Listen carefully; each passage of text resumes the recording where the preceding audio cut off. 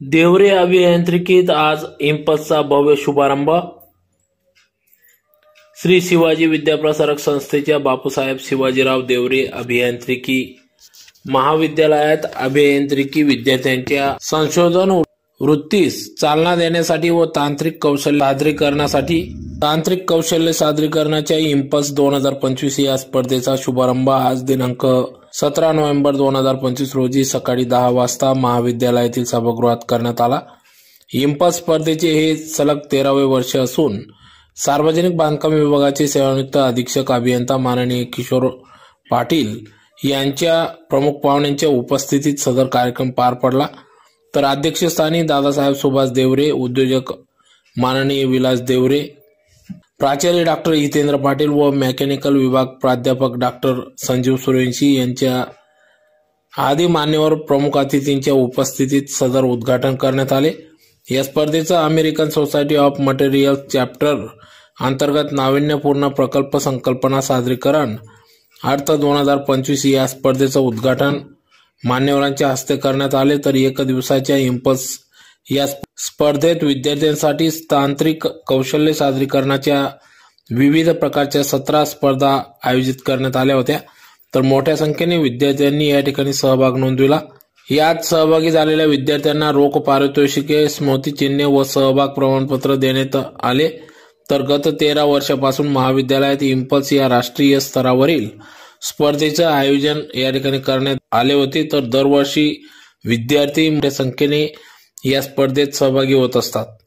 स्पर्धेत भेट देण्यासाठी विविध शाळा महाविद्यालयातील 11वी-12वीच्या विज्ञान शाखेतील विद्यार्थ्यांना कॉलेज ओळखपत्रावर मोफत प्रवेश देण्यात आला होता. तर शिवाजी विद्याप्रसारक संस्थेचे अध्यक्ष माजी आमदार कुणाल बाबा पाटील, महाविद्यालयाचे अध्यक्ष सुभाषदादा देवरे यांच्या प्रमुख मार्गदर्शनात मेकॅनिकल विभागातील प्राध्यापक दिनेश महाले, इम्पस स्पर्धेचे प्राध्यापक धीरज जाधव, प्राध्यापक निखिल देशमुख, प्राध्यापक SR रंजनकर अर्थ 2025 या स्पर्धेचं संयोजन यांनी केले. तर मेकॅनिकल विभागातील सर्व प्राध्यापक, शिक्षक, शिक्षकेतर कर्मचारी वृंद इम्पल्स स्पर्धेच्या यशस्वीतेसाठी आदींनी अथक परिश्रम घेतले.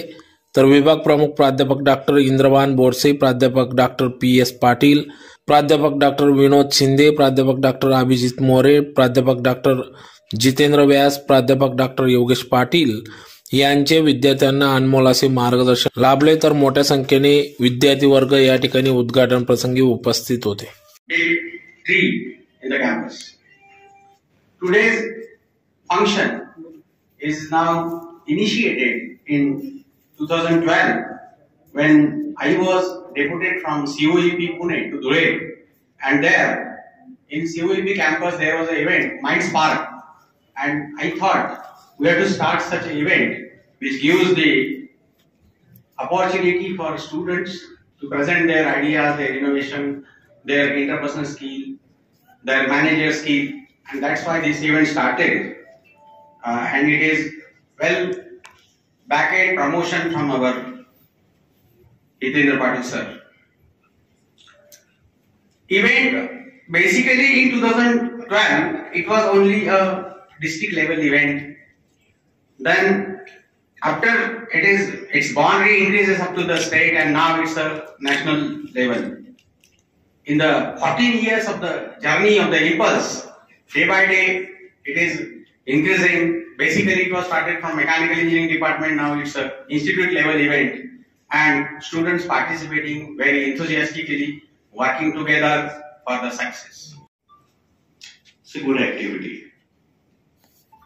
So yesterday आपला एक संघाचा एक मुलगा आविष्कार मध्ये सिलेक्ट झाला. आविष्कार is activity run by AICTE UGC. It is a calendar event by Government of India. Across the India it is conducted. So one of the students from which branch? Computers branch. So he has been selected for the university level activity. मला एकच सांगायचं मित्रांनो की आविष्कार सारख्या राज्यस्तरीय inter university लेवलला जाण्यासाठी impulse is a platform. Impulse is basically a platform provided to you at the institute level. It's also a national event. So logical reasoning बदल some skills activity. So impulse basically means a trigger. Somewhere someone should get the trigger at the institute level, and then the idea or maybe the whatsoever the things, it should flourish and it should go up to the national, international level through Avishkar, maybe some hackathons. The computer people are already doing that.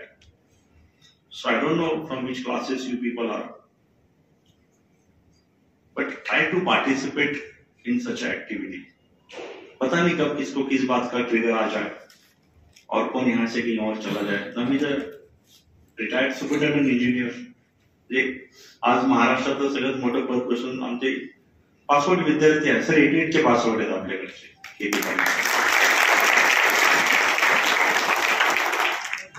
आज त्यांच्यासाठी सुद्धा अभिमानाची गोष्ट आहे. भैया साहेबांनी तर हे सगळं बघितलंच आहे. जेव्हा असे विद्यार्थी परत धुळ्यात येतात आणि तुम्हाला संबोधित करतील, प्रबोधन तर करायला आम्ही आहोतच. हे तुमच्या पुढे एक्झाम्पल आहे की एसओसीपीएस मध्ये शिकलेले सिव्हिल इंजिनिअरिंगचे विद्यार्थी. सो आम्ही always we use to call such a good personalities for such events. माझ्या मते भैया साहेब तर कन्सिस्टंटली सगळ्याच इव्हेंटला उपलब्ध असतात. सो इज फार वेळ नसताना सुद्धा ते back of the mind mentoring त्यांचं चालूच असतं. शक्य असेल तर पर्सनली भेटतात, नसेल तर फोनवर तर भरपूर. इट इज नॉट अ तुमचं फक्त तो क्वालिफाईंग रेट आहे म्हणतो ना आपण की 12वीला तुम्हाला त्या 50 मार्क असल्यावर तुम्हाला इंजिनिअर ऍडमिशन मिळते. That is a qualifying rate आहे. तुम्ही जे इंजिनिअरिंग होत आहे त्या मार्कांना नंतर कोणी विचार केला तर पहिल्या पोस्टिंग म्हणजे पहिल्या अपॉइंटमेंट नंतर ते व्हॉट यू आर डन, आणि ते तुम्ही प्रोजेक्ट बेस. जर तुम्ही जपानमध्ये गेले तर संपूर्ण अभ्यास किंवा इव्हन युएस मध्ये सुद्धा तुम्ही एमएस ला जाताल तर हा प्रोजेक्ट बेस असतो, आणि हा प्रोजेक्ट बेस करायला तुम्हाला इम्पल्स सारखे इव्हेंट हे ऍक्सिलेट करतात, ते तुम्हाला मदत करत असतात. आणि ही संधीचा फायदा आपण घेतला पाहिजे. तुमच्या डोक्यात अनेक आयडिया असतील प्रत्येक ठिकाणी, म्हणजे तुम्ही सिव्हिल घ्या, मेकॅनिकल घ्या. आता मी जेव्हा सरांनी चार्ट वाचून दाखवलं, प्रत्येकाचं एक्सप्लेनेशन केलं, तर अधिक म्हणजे वास्तविक स्ट्रक्चरचे काही 2-3 गोष्टी दिसतात ते सुद्धा मला नवीन वाटतात, मी बघितल्याने अजून. पण आपल्याला जे नवीन वाटतं ते प्रेझेंट करणं, लोकांना दाखवणं, आणि त्याच्यासाठी काय पाहिजे तर त्याच्यासाठी आपण बऱ्याचदा आपण समाजात फिरत असतो किंवा गावात संपूर्ण ठिकाणी, तर आपल्याला अनेक प्रॉब्लेम दिसतात. प्रॉब्लेम इन टेक्निकल प्रॉब्लेम किंवा काहीतरी गाडीमधले प्रॉब्लेम असतील किंवा सिव्हिल मधले काही वेगवेगळे प्रॉब्लेम असतील, you have to solve it. आणि जेव्हा तुम्ही बाहेर फिरताना डोळे उघडे ठेवून फिरतात, मी बऱ्याचदा बघतो समजा एखादं ब्रिजचं काम सुरू आहे माझ्या दृष्टिकोनातून, तर यू मस्ट ते बघायला पाहिजे. रोज आज त्यांनी गटर केलं, प्रिस्टेसिंग कसं करताय, रिजेक्शन कसं करताय, किती टर्निंग क्रेन वापरताय, किंवा मेकॅनिकल असेल. तुम्ही गॅरेजवर, मला लहानपणी सवय, माझं 2 व्हीलर होती आणि राजदूतचं आमचं एक शोरूम होतं इथे, तर जेव्हा मी सर्व्हिसिंगला टाकायचो तर जनरली आपली सवय असते की सर्व्हिसिंग टाकायचं आपण संध्याकाळी घ्यायला जातो, तर मी तिथे बसून राहायचो. तो पूर्ण तो पार्ट्स काढतात, क्लीन करायचा. मग आपण अगदी आयटीआय झालेला मेकॅनिक असेल तर आपल्याविषयी चांगला होतो, पण तो सांगायचं हे याच्या सेट करतो आपण, याच्यामुळे असं असतं. तर आपल्या ज्ञानात भर पडते तेव्हा आपल्याला सुचायला लागते की याच्या पलीकडे आपण काय करू शकतो.